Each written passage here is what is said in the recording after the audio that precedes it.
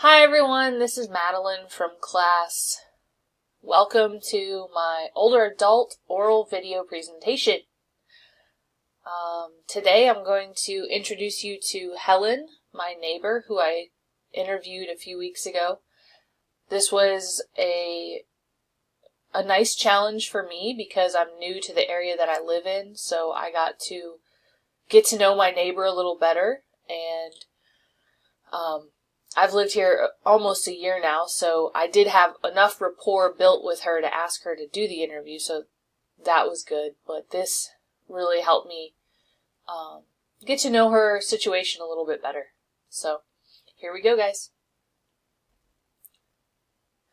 Helen is 69 years old. You wouldn't know it. She looks great for her age. She lives in Crofton, Maryland currently. She lives in a condo below her daughter, Rebecca, and 2 grandkids, so that's a nice connection that she gets to have with her grandkids. A lot of interaction with them. She grew up in a low socioeconomic family on a farm. Her dad worked all day and her mom stayed home, but Helen quickly in the interview discussed that her mom was very abusive. That was the first, discussion of her mom, was telling me about the abuse that she encountered with her mom. Her mom was very fearful of the father and would bring the kids out to hide in the barn from the dad, saying that he was going to kill them.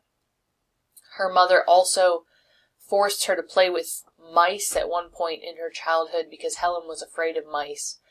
And that stood out to Helen because it was really traumatic for her that her mom forced her to do that.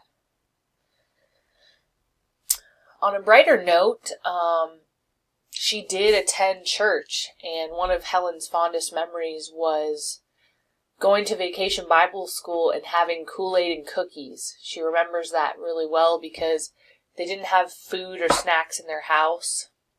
They often ate gamey food such as squirrels that her dad would hunt, and said that she didn't have friends over often because their house wasn't clean, her mom didn't really cook, and things were kind of volatile in the home, so her main outlet was going to church.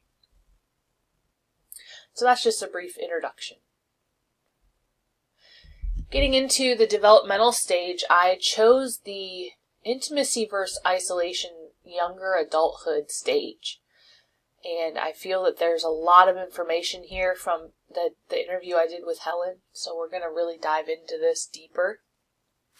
In this stage, adults are said to be seeking connection through intimacy in their relationships. They are attempting to do this without sacrificing their own identities. So it can be a tug-of-war game to really, keep your own identity while you're meshing with another person at this level of intimacy. Erickson's theory also suggests that if we don't find intimacy in this stage, we risk isolation in later stages of our life. And although I don't discuss Helen's later stages, I do see that she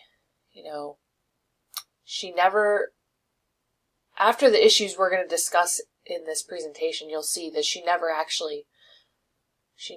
finds intimacy in her life and seems somewhat isolated, but I think she does have connections, really strong connections with her church and her friends who are also Christians.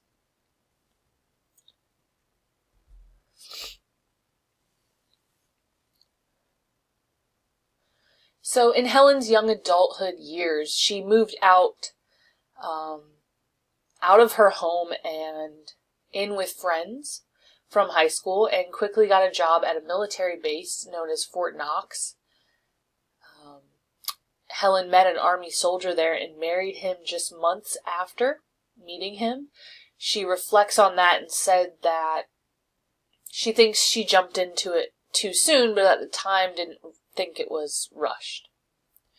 Her husband left for Vietnam, and Helen discussed that when he returned, he was a different person. although she didn't really know him initially anyways, but he became very abusive verbally and sexually. Helen had the strength to leave him and made that choice on her own, and said that her father and brother helped her leave. She packed up her stuff one day and that was it. Helen's brother had ran away when Helen was a child, and so she had kind of a strained relationship with her brother and not a really close relation with her dad either, because he worked a lot on the farm, but they were able to help her. And Helen wasn't working at Fort Knox any longer.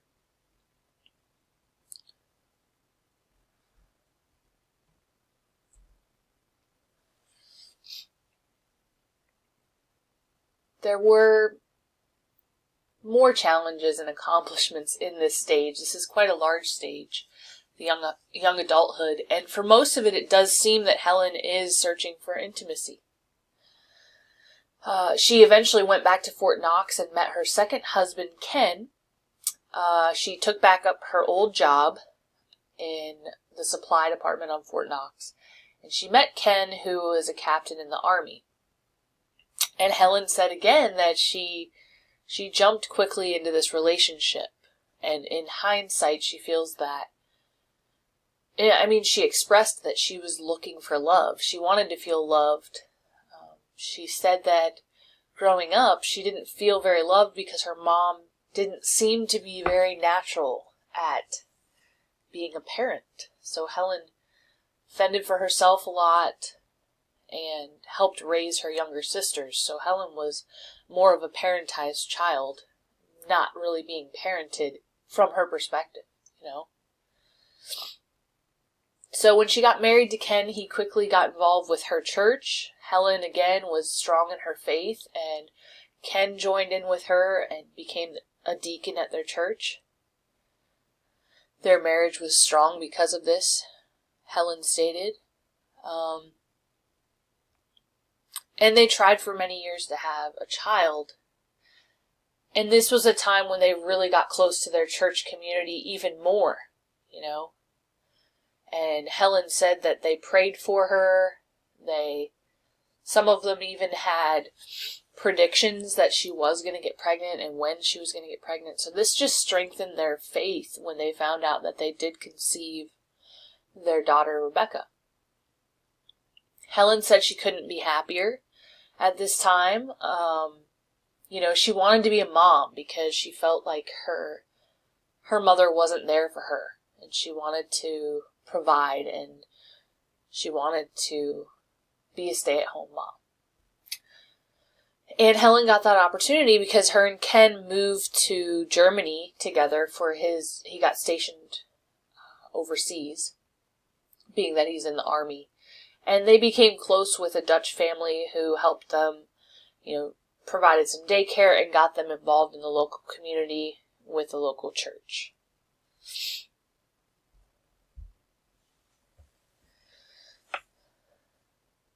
As far as the psychosocial crisis that Erikson discusses in this stage, it really is about intimacy versus isolation, and Helen was happy and elated with Ken and having a daughter with him and having this family that she had always wanted.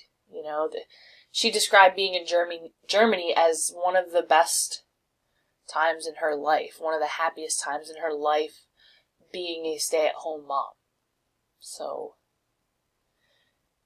the crisis really comes in for them when they returned from Germany after a 3-year tour there. Helen was feeling distant, feeling that something was off with Ken, and she couldn't quite put her finger on it. She would ask him about it, and he wasn't really buying into it. He wasn't really putting any information out there. He wasn't confirming or denying. So Helen was actually having some very vivid dreams that he was possibly having an affair. So Helen eventually did find out that Ken was sure enough having an affair with his secretary on base, the person that literally sat beside him every day at work. And this was heartbreaking for Helen, and to this day, and at age 69, it still brings tears to her eyes. It's still a source of deep, deep pain for her. Part of that pain was that Ken told her that he never really loved her. He actually said those words to her, which I felt was just unnecessary and so painful to have to hear that from somebody. Why even say that? This was extremely difficult for her because in her childhood she felt unloved. She didn't feel like she had a loving family. So it was like Ken was confirming for her that she was unlovable. Ken actually married the woman that he had an affair with. He married her like 4 months later. 4 months after the divorce with Helen was final, he married this woman.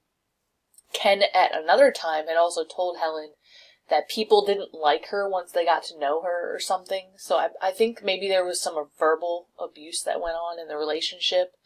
But Helen may have been disguised from that by her enjoyment of being a mother and being at home and being focused on raising Rebecca. So I'm going to pause right here and I'll catch up with you guys in the next video, and we'll continue to talk about this crisis and whether or not it gets resolved for Helen.